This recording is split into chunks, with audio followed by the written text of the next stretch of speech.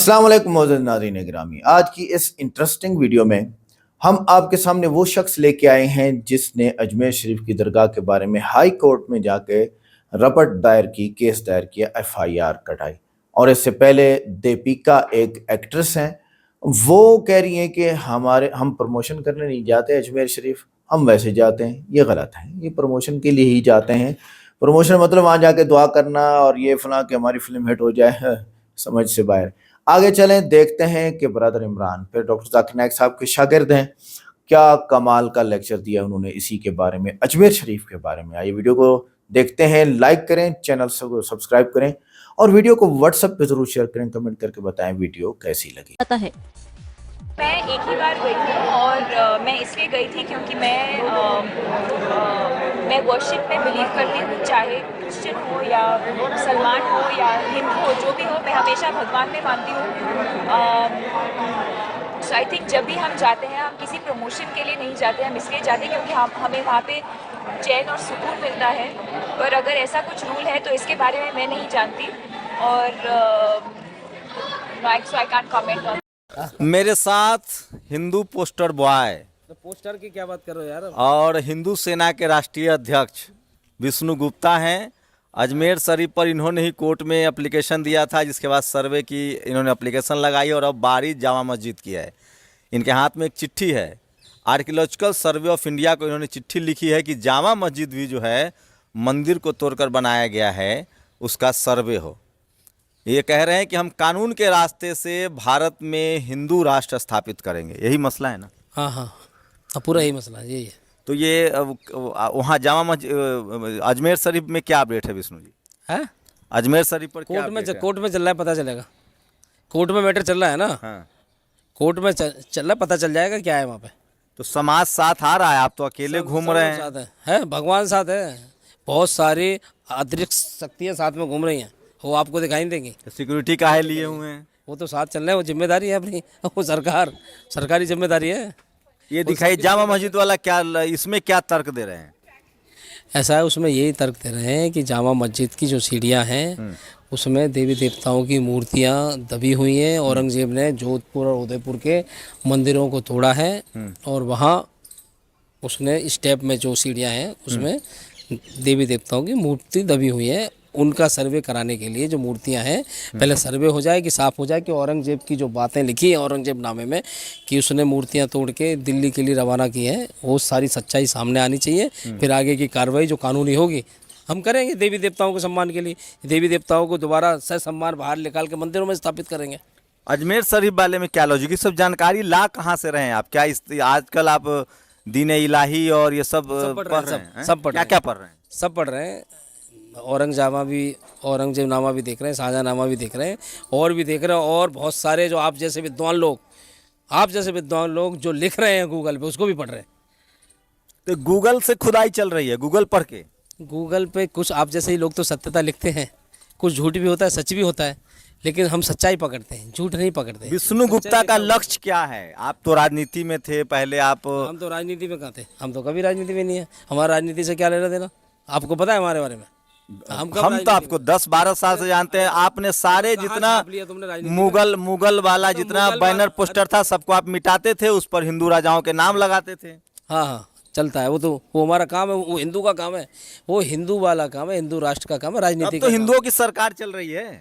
ہاں چل رہی ہے، تو کام ہمارا بھی تو کام چل رہا ہے، ہمارا کام جاری ہے نا بھائی۔ تو پہلے راج تنتر تھا، راجا کو جو من ہوا سو کرے گا۔ اب تو لوکتنتر ہے، اب اس میں دھرم کی لڑائی ٹھیک ہے، اسکول اسپتال کے لیے لڑتے، پڑھائی لکھائی اسکول اسپتال دوائی کے لیے لڑتے ہیں نا، اس کے لیے ہزاروں لوگ لڑ رہے ہیں نا، نہیں لڑ رہا کوئی، لڑ رہا اس کے لیے۔ ارے بھائی ایک آدھ آدمی اس کے لیے بھی چھوڑ دو، تو میں اس کے لیے لڑ رہا ہوں، دوائی اسپتال کے لیے ہزاروں لڑ رہے ہیں۔ فنڈ کہاں سے آ رہا ہے آپ کے پاس اس سب کام کے لیے؟ پیسا کہاں سے آ رہا ہے؟ فنڈ آپ ودیشی فنڈ آ رہا ہے؟ آپ نے دیا مجھے؟ نہیں سر، مذاق نہیں ہے، بتائیے، ای ڈی انکم ٹیکس آپ کی جانچ کرا لو، چیک کراؤ، آپ ایک پتر لکھو کہ بھائی وشنو گپتا کے پاس فنڈ کہاں سے آ رہا ہے، اس کی جانچ ہونی چاہیے۔ بی جے پی کے آدمی ہیں اب آپ؟ میں تو سب کا آدمی ہوں، میں ہر ہندوستانی جو راشٹروادی ہے، ہندووادی ہے، میں اس کا آدمی ہوں۔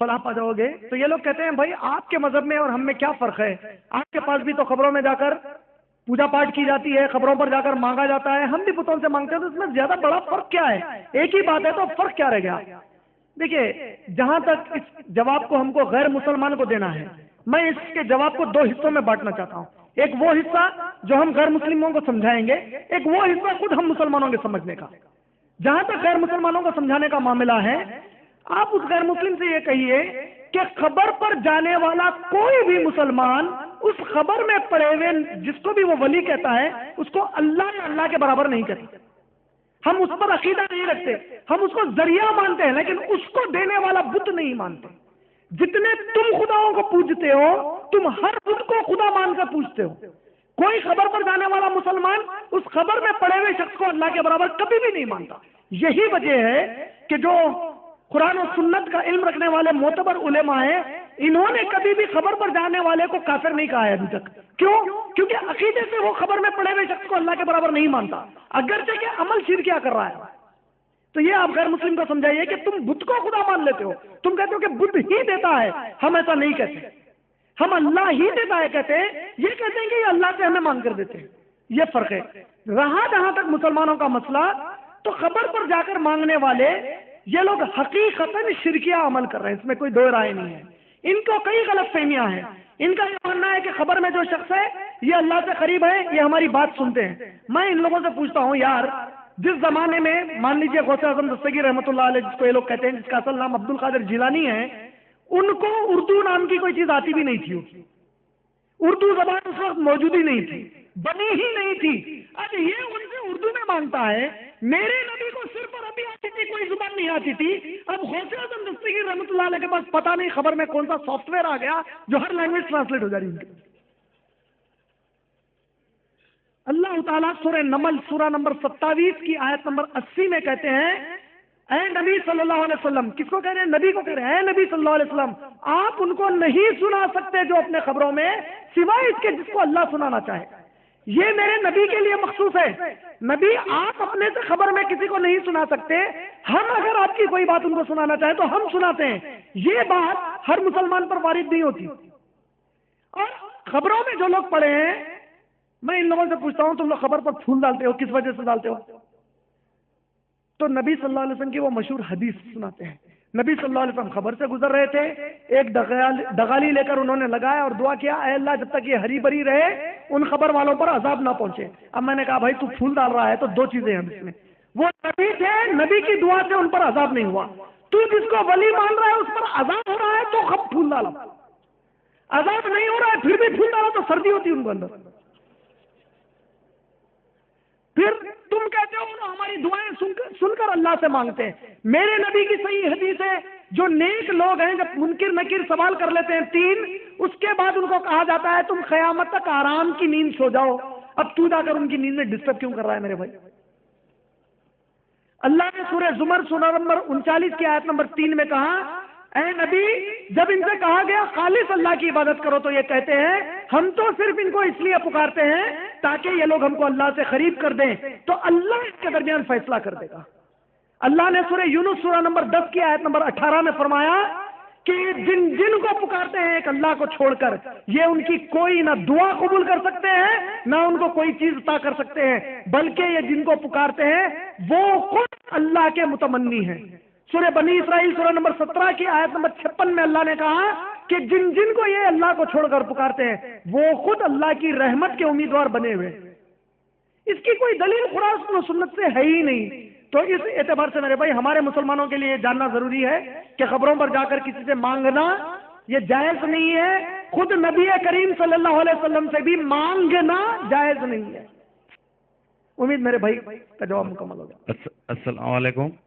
وعلیکم السلام. میں اجمیر سے ہوں. السلام علیکم بھائی جان, میرا نام محمد عارف ہے.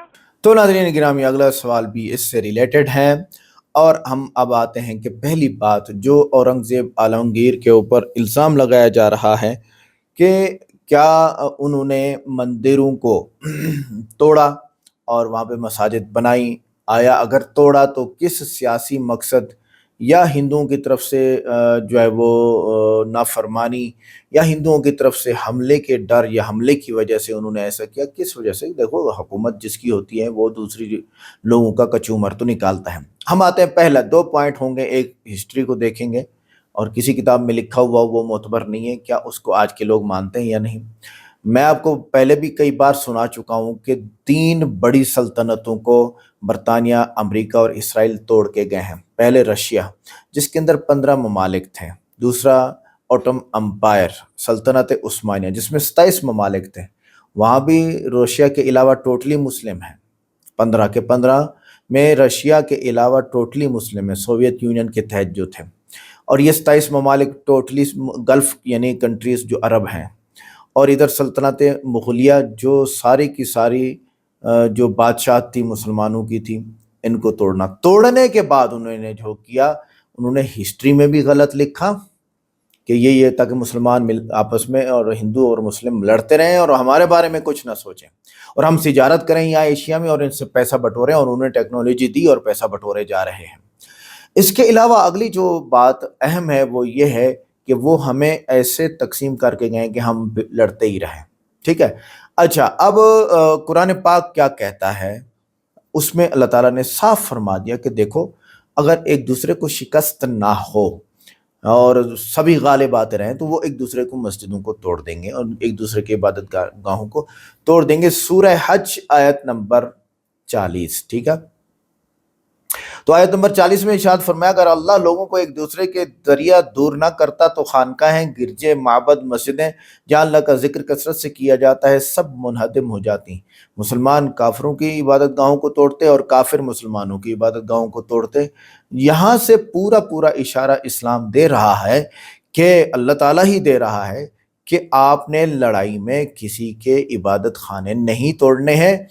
تو مغل کیوں توڑتے ہیں؟ مغلوں نے تو اسلام کی بڑی خدمت کی ہے، انہوں نے تو کتابیں فتاوی عالمگیری آج بھی موجود ہیں، ہم پڑھتے ہیں حدیث مبارکہ میں نجران میں حضرت محمد صلی اللہ علیہ وسلم نے صلح کیا، اور صلح حدیبیہ کے موقع پر بھی صلح ہوئی۔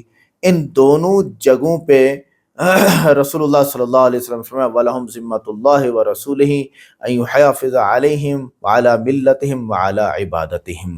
حضرت عمر فاروق رضی اللہ عنہ کا خط صلح شام میں یہ ارشاد ہوا، نبی علیہ السلام کی تعلیمات تھیں، جب مسلمانوں نے شام فتح کیا تو حضرت عمر رضی اللہ عنہ نے وہاں کے عیسائیوں کے ساتھ معاہدہ کیا کہ ان کے چرچوں اور عبادت گاہوں کی حفاظت کی جائے گی۔ رسول اللہ صلی اللہ علیہ وسلم علیکم بسنتی و سنت الخلفاء الراشدین المہدیین و اشار الی ابی بکر و عمر او کما قال علیہ الصلوۃ والسلام، کہ رسول اللہ صلی اللہ علیہ وسلم نے ارشاد فرمایا کہ میرے اور میرے خلفاء کی سنت پہ پورے کے پورے چلو، اور رسول اللہ صلی اللہ علیہ وسلم نے حضرت ابو بکر اور عمر کی طرف اشارہ فرمایا کہ یہی خلفائے راشدین ہیں، اور اس عمر نے وہاں شام میں معاہدہ لکھا کہ ہم آپ کے چرچوں اور عبادت گاہوں کو نہیں توڑیں گے۔ ختم بات۔ اسلام کی یہ بالکل اجازت ہی نہیں ہے کہ وہ کسی کے عبادت خانے کو توڑ دے۔ اب آتے ہیں اورنگزیب عالمگیر کے بارے میں بہت ساری کتابیں ہیں، ارشاد نامہ ایک کتاب ہے۔ اورنگزیب کے بعد احکامات میں مندروں کے تحفظ کے احکامات بھی موجود ہیں کہ بھئی مندروں کو حفاظت سے رکھو، جو بتاتے ہیں کہ وہ سبھی مندروں کو تباہ نہیں کرتا تھا بلکہ کئی مندروں کی مرمت اور تحفظ کے احکام بھی دیتا تھا۔ یہ ارشاد نامہ کتاب میں ہے، حقیقت یا مبالغہ۔ اب آتے ہیں اورنگزیب کے مندروں کو توڑنے کے بارے میں مختلف نظریات موجود ہیں۔ حقیقت کچھ شواہد ایسے ہیں جو یہ ظاہر کرتے ہیں کہ اس نے سیاسی یا فوجی حکمت عملی کے تحت کچھ مندروں کو نقصان پہنچایا۔ یہ فوجی یا سیاسی حکمت عملی جہاں پر ہندوؤں نے لڑائی کی اورنگزیب کے ساتھ، وہ تو پھر ہر کوئی کرتا ہے۔ اچھا، لیکن مبالغہ یہاں کہہ رہے ہیں کہ یہاں مبالغہ ہوا پڑا ہے۔ یورپی مورخین اور بعض دیگر ذرائع نے اس کے اقدامات کو بڑھا چڑھا کر پیش کیا تاکہ مغل حکمرانوں کو ظالم دکھایا جا سکے۔ اب آپ کو سمجھ آ رہی ہے بات یہ ہے کہ کیسے وہ ہسٹری لکھ کے گئے، کیسی تقسیم کر کے گئے، ہندوؤں اور مسلمانوں کو کیا کرتے رہے؟ لڑاتے رہے۔ اور عجیب بات یہ ہے کہ، اور میں اس پہ بڑا فخر کرتا ہوں کہ ہر مسلمانوں کو ایسے کسی ہندو کو قتل کرنے کی اجازت نہیں ہے۔ قرآن کہتا ہے نہیں نہیں نہیں، یہ نہیں ہو سکتا۔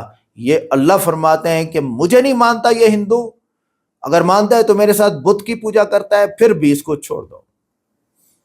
ہندو کیا کرتا ہے؟ وہ سیدھا گلا کاٹتا ہے مسلمان کا، اور